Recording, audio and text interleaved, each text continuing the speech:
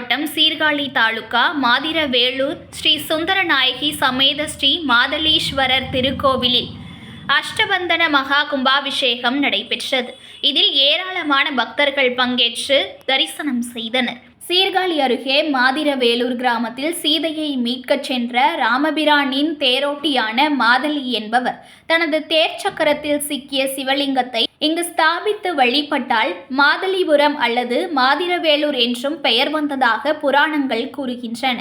பிரசித்தி பெற்ற மாதிரவேலூரில் அருள் புரியும் ஸ்ரீ சுந்தரநாயகி அம்பாள் சமேத ஸ்ரீ மாதளீஸ்வர சுவாமி திருக்கோவில் காலத்தால் பழுதடைந்திருந்த நிலையில் பக்தர்கள் ஒன்றிணைந்து திருப்பணியை முழுமையாக செய்து பஞ்சவர்ணம் தீட்டி புதுப்பொலிவுடன் ஸ்ரீ மாதளீஸ்வரர் திருக்கோவில் மற்றும் கிராம தேவதைகளான ஸ்ரீ பூர்ணா புஷ்பகலா சமேத ஸ்ரீ ஹரிஹரபுத்திர ஐயனார் மற்றும் ஐயாங்குட்டி ஸ்ரீ பிடாரியம்மன் திருக்கோவில் மகா கும்பாபிஷேகம் நடைபெற்றது.